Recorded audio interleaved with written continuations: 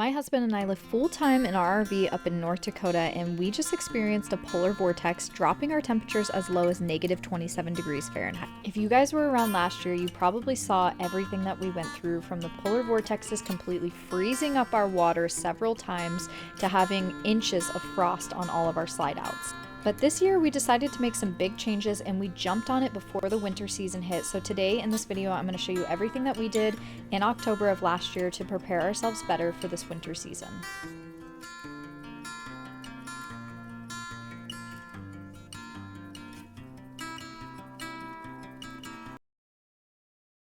We're pretty much done with the polar vortex, so I'm going to take you guys back to October and show you everything that we did to get the RV ready for winter, all the preparations and all the changes that we made compared to last year. And then I'm going to bring you forward to now, which is we're pretty much done with the polar vortex, and let you know how everything went down and if we handled it well. So stay tuned. We're about to go into our second winter here in North Dakota, which means we have a lot to do. We have changed so many things compared to last year. So I'm going to take you guys around the camper today and show you everything that we've upgraded and what we're doing different for this season. We have changed quite a bit. From the skirting really is staying the same, but our heaters underneath, we're upgrading those. And we're also insulating our slide outs this year. We didn't do that last year. Well, we did. We tried in January, and then a windstorm came and ripped it all off. And we just never went back to it because by that point it was way too cold. So this year we're going to be insulating our slides. We already got 2 of the slide outs done. We have to do 2 more today. Pretty much what we got going on. This is just the start of it. We still have to do more, but we basically just went and got this from Menards, and then the tape. We went on top and around the sides, and then obviously the skirting on these slides is covered, so we don't have to worry about the bottom. We will be insulating this cubby as well, because last winter this is where our bed sits, and that's where we got the black mold under our mattress. It was because there was tons of cold air coming in here, and you can see I painted that, but it was causing condensation from the heat above and then this being cold. So we're gonna have to insulate this cubby before it gets really cold. Buddy, he's our little baby. Little baby. We love him so much. At this point, we did have a few arguments because we weren't agreeing with each other on how we wanted to insulate the slides. I wanted to do more and my husband wanted to do less, but eventually we came down to a solution. Christian is just fixing the top of the slide because we had wind the other day and it ripped it off. So I think what we're gonna do is take this Reflectix and we're gonna wrap it around the outside of the skirt or the slides, and then probably ratchet strap them or tie them down so that way it doesn't fly away. Because we had a big windstorm and it completely started ripping off the top of this one. This is our crappy job. We had to cut these to fit it properly in there. So the funny part about this is we went back and forth on whether we wanted to wrap the slides with the Reflectix on the outside to keep it dry, but then we just ultimately decided that it just wasn't worth our time and that the boards that we had put there would be enough. Another big issue that we ended up having earlier in the year was that we had a black tank leak, which was absolutely disgusting. We had to go underneath the trailer, pull everything apart and fix it. My husband used some JB weld and it's been working amazing. We have had no issues ever since we did that. This day felt like it was never ending between having to insulate all of the slides and go underneath the trailer to fix this problem. It was really a long day, but we're happy that we got it done because when winter hit, this was the last thing that we wanted to do. Christian's gonna drain the hot water because he's gonna try and fix that leak.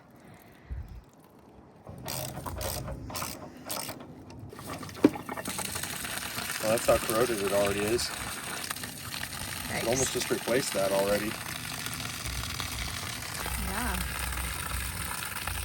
Hasn't even been in there 6 months. You just replaced that. I have another one. Do you? Yeah, but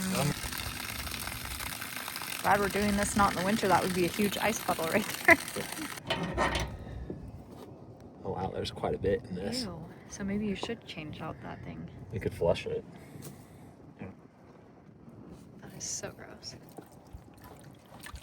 Ew. Don't create another leak. We are tying it down. We're gonna just do one slide with this because we are arguing about this a lot. So we're just gonna do one side and see how it works. We're gonna get this slide done real quick and then probably finish that slide sometime next week. Aw, you're so handsome. Yeah. No, Oh, this piece gets narrower as it goes down. Oh, is that the one I cut?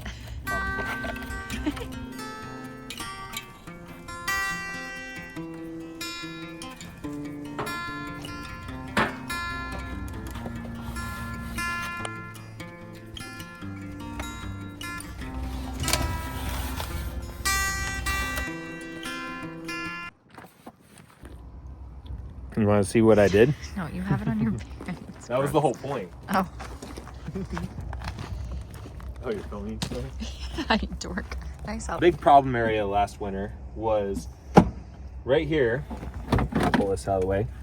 Is where our water hose, the heated water hose, comes up and connects right here. Right behind this is like a distribution block that sends water. There's PEX hoses like a spider web that go all throughout the trailer, send water everywhere, right?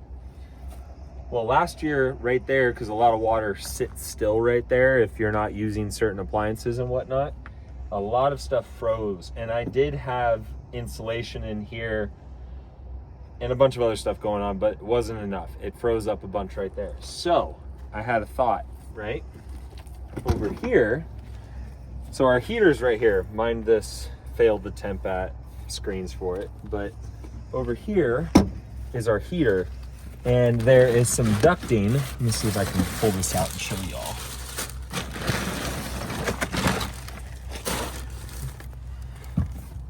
I'm gonna take the camera.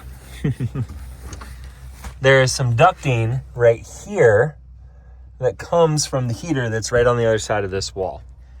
Now this ducting normally feeds our living room that is right above this. But what I did is I added a 90 up into that ducting, and then I drilled a hole through this wall, which I want to see what it does. Now when the heater runs inside, if it's Just keep going. if the heater's running inside, Which it will be all winter. all winter the heater runs, not constantly but enough. Yeah, we gotta go in here. That 90, is it gonna be? Oh wow, you can't see.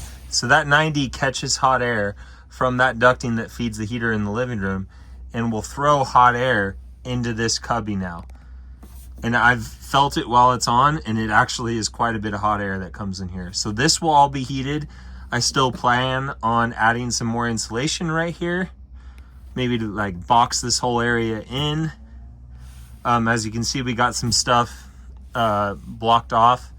This and all of these guys down here feed our pump that would be for like if we were boondocking. And then on top of that, right up top, I have those blocked off. That would have been our outdoor shower, which is now blocked off because that froze last winter as well due to being plastic. The whole area is getting heat now as long as the interior heat is running. Again, last winter, we did run heaters underneath the trailer. Well, explain what heater. I'm pretty sure if you guys were here for the last We ran like a milk crate heater, some like shitty. It was enough to make us feel good, but it wasn't doing anything. No. I upgraded. I got us some DeWalt heaters.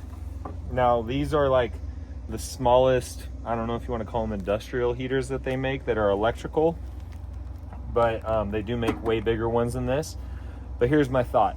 The trailer runs off of the 50 amp post on the pole, and the 30 amp is still available. So what I did is I went on Amazon and I got us the 30 amp plug that takes it to a regular 110 plug, like wall plug, which is what these run off of. During the winter, we had a lot of problems with if the coffee maker went off because I was running the heater underneath the trailer off of the camper, which you can show them where it was running off of, that plug right there on the wall, which that is only powering our water hose now.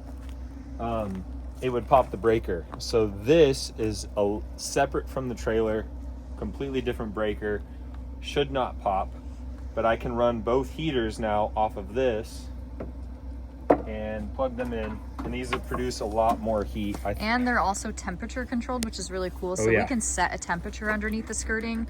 We don't need it to be 70 degrees. We're probably just gonna put it at 45, 40 These degrees. run a temperature of 23 degrees at the low to 95 at the high. Which is so just I insane. would stick it probably at a quarter of the way up, and that should be above freezing, and they'll run under there. There's going to be 2 of them. I got another one in here.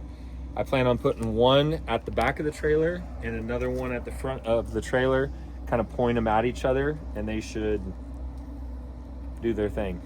I know everybody says diesel, diesel, diesel, but one thing is we don't want to have to be going to the gas station, refilling up a diesel can, and also filling up a diesel heater constantly when it's Also, negative 40 degrees outside. I talked to a guy who lived down the street from us here. He ran a diesel heater last year. He said he was filling up his heater with diesel once, if not twice a day, at least once a day. I don't want to do that. You don't want to do that. Electric is the way to go. This, if your park doesn't, I mean, depends on, you have to weigh it out, what you can do. This was $16 on Amazon. 16 bucks. I mean, it works. So the question is, did we survive the polar vortex? And the answer is yes. We had no problems. Everything worked out great. Obviously, the preparations we did in October are definitely helping out this time around. We do not have frost on our walls like we did last year. And we also did not lose water once. We have not had one single water issue. We never lost water. We just dripped it the entire time and everything was perfect. I'll do probably another video on the next cold spell and show you guys how we're doing the week, and I'll do like an actual vlog style so you guys can see what it's like. But outside of that, winter has been pretty easy on us this year and we're super excited about that. If you guys like this video, hit the subscribe button. I'll be posting more content coming up here soon, especially since February is supposed to be one of the harder months. Who knows what will happen, so stay tuned and thank you so much for watching.